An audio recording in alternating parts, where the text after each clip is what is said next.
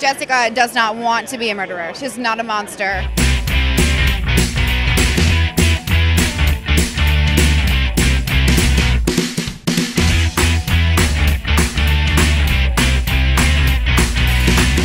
SYFY WIRE, here at the Jessica Jones Purple Carpet. We're going to go investigate what season 2 has in store. Someone did horrific experiments on me. I was abducted, raped, and forced to kill someone. And I'm in here bouncing a goddamn ball! Jessica, when we find her, she's in a pretty dark headspace because she's struggling very much with whether or not she's a murderer or she did the right thing. Jessica does not want to be a murderer. She's not a monster. So she's dealing with, there's a lot of conflict there for her. This season, Jessica's really asking the question, who am I? That question being sort of forced in her face, but she's finally having to deal with it. And that means going back, digging back into her past.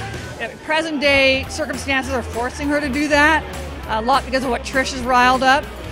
And it's not something she ever wanted to do, nor does she want to now, but she has to in order to solve the current present day problems. One of my favorite parts of Jessica Jones is that this rich female friendship between Trish and Jessica is really the heartbeat of the show for me. But what I love about it is it's not this kind of perfect version of female friendship either. It's not too sanitized. There are complications. It's messy.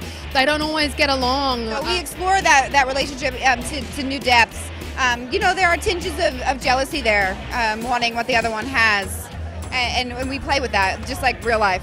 Honestly, I think of Jessica and Malcolm as like brother and sister. They have that sibling-like relationship where they hate each other, they bicker, but there's a real deep trust that they have in a bond that feels like family. So we see that develop and see that get tested. At the beginning of the season, Jessica doesn't want anything to do with Jerry, but they end up having some intimacy. They kind of come back into each other's lives, but really my storyline is very separate from Jessica's this season. Oscar's a hell of a family man. That's kind of what he lives for. He lives for his son, and he moves into her building, and right off the bat you'll notice that he realizes she has some powers, and he's got a bit of a dark past himself, so he wants to make sure that his son is taken care of. So they bump heads for a little while. And all I can say is that it's been an incredibly fulfilling, creative experience for me.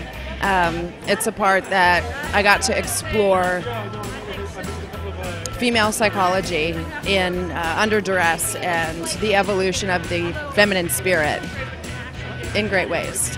And I attribute that to the writing and to the female empowering directors. And it comes out as sort of an action-adventure show that has a little spark of humor in it.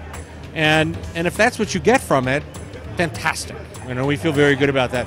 But if you actually also get from it what Melissa Rosenberg has been talking about now for almost 3 years, that not just what it's like to be a woman, but what it's like to be a woman in this world. Are you a vigilante superhero? Ah, for Christ's sake.